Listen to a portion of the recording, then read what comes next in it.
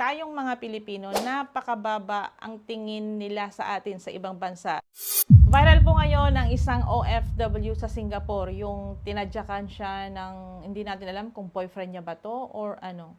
So napansin po ito ng ating Department of Migrant Workers at binigyan po siya ng medical assistance. Marami ding lumalapit sa amin yung mga asawa ng mga OFW, humihingi ng tulong para ipa-deport yung asawa nila kasi ilang buwan pa lang meron ng kinakasamang iba sa abroad, ilang araw pa lang nakahanap ng iba. So ang sinasabi lang po namin, pag ganyan ng problema, away mag-asawa, hiwalay mag-asawa, ng babae o ng lalaki itong asawa, hindi na po ito sakop ng aming programa. Problemang mag-asawa po kasi yan, kaya hindi tayo pwedeng makialam. Hindi naman natin ito pwedeng ireklamo sa kanilang employer, lalo na kung halimbawa yung asawa ninyo is okay naman magtrabaho, okay naman siya sa employer niya. So pag ang asawa nyo po is nakahanap ng iba, hayaan nyo na lang, palitan nyo din. Kasi hindi naman pwedeng siya yung nagpapakasaya tapos ikaw yung naghihirap, 'di ba? Pero may mga lalaki talaga na hinihintay pa rin yung pagbabalik ng asawa niya. Kasi sinasabi ko, minsan ina-advise ko sa kanya na isipin na lang niya yung mga anak niya. Pero ang sabi, kailangan niya daw yung asawa niya. Kahit nagloko siya sa abroad, tatanggapin pa rin niya. Kasi meron silang 4 na anak. Yun nga ang mahirap lalaki yung nagdudusa. Tapos yung babae, nagpapakasarap sa ibang bansa sa piling ng itik. 'Di ba? Okay sana kung malalaki na yung mga anak kaso maliliit pa. Kawawa yung lalaki.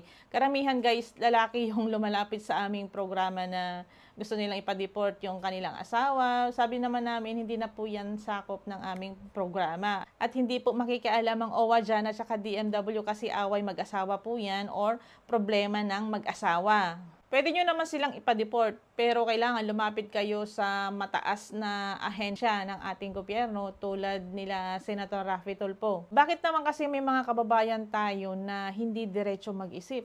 Kawawa yung mga bata kasi hindi sila nabibigyan ng magandang oportunidad kasi nga minsan hindi sila nakapag-aral, kulang sa financial kasi may asawa ka na nga, may anak ka na, naghahanap ka pa ng iba. So parang hindi tayo kontento sa buhay. Hindi natin alam kung ano ang hinahanap natin. Okay lang sana kung sarili lang natin yung iniisip natin, wala tayong pamilya.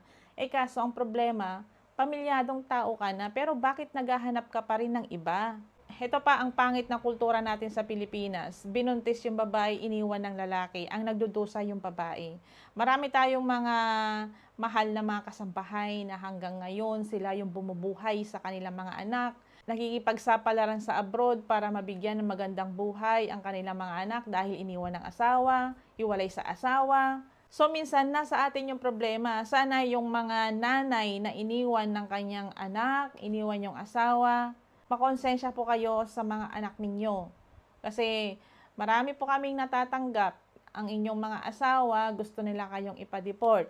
Kasi may mga kinakasama na kayong mga lalaki dyan, ayaw niyong umuwi. Minsan pa kami na mismo ang tumatawag dun sa babae para kausapin yung asawa niya, para mag-ayos sila. Pero ang sinasabi nitong babae, hindi na nga niya daw mahal yung asawa niya at meron na nga daw siyang kinakasamang iba ngayon dyan sa abroad. So nag-usap naman na daw sila ng asawa niya na sinabi na ayaw na sa kanya. Wala na daw dahilan pa para magbalikan sila. Pero ang problema kasi nitong lalaki nakikiusap, yung bunso niyang anak na apektuhan na dun sa paghihiwalay nila. Kasi kung kailan sila tumanda, nagsama sila ng almost 20 years, nag-abroad lang itong nanay or itong asawa, nagbago na itong nanay, naghanap na ng iba. Kaya sana mga mahal kong kababayan, mga katulad kong OFW, mga katulad kong babae, sana minsan pigilan natin yung tawag ng laman. Isipin din natin yung mga pamilya natin na naiwan sa Pilipinas. Kasi alam nyo guys, sa totoo lang, tayong mga Pilipino, napakababa ang tingin nila sa atin sa ibang bansa. Bakit? Dahil din sa kagawan ng iba nating mga kababayan. So nadadamay ang ibang Pilipino. So sana magkaroon tayo ng respeto sa ating mga sarili. Hindi naman po namin pinapakilaman ang inyong mga buhay, pero tumatanda po tayo, mas maganda pag tumanda po tayo, meron tayong buo at masayang pamilya. Hindi yung pag tumanda kayo, ang gulo-gulo, ang dami yung anak, hindi nyo alam kung paano nyo papag-aralin or mabibigyan ng magandang kinabukasan ng inyong mga anak dahil napakadami niyong asawa, di ba? So, ang nangyari pa sa inyong buhay, syempre, alam ng buong tao, chichismis ka pa. So, matatanggap mo ba yun na pinagchichismisan ka, sirang-sira ka dahil sa kabataan mo, dahil sa ginawa mo, dahil sa ginawa mo sa abroad? So ito ay base lamang po sa mga natatanggap naming reklamo na ang kanilang mga asawa ay meron ng iba. Gusto nilang ipa-deport pero ang sabi po namin is hindi na po yan sakop ng aming programa. Kaya mga mahal kong mga kababayan, sana magkaroon tayo ng konting respeto sa ating mga sarili para maiba yung pagkakilala nila sa mga Pilipino.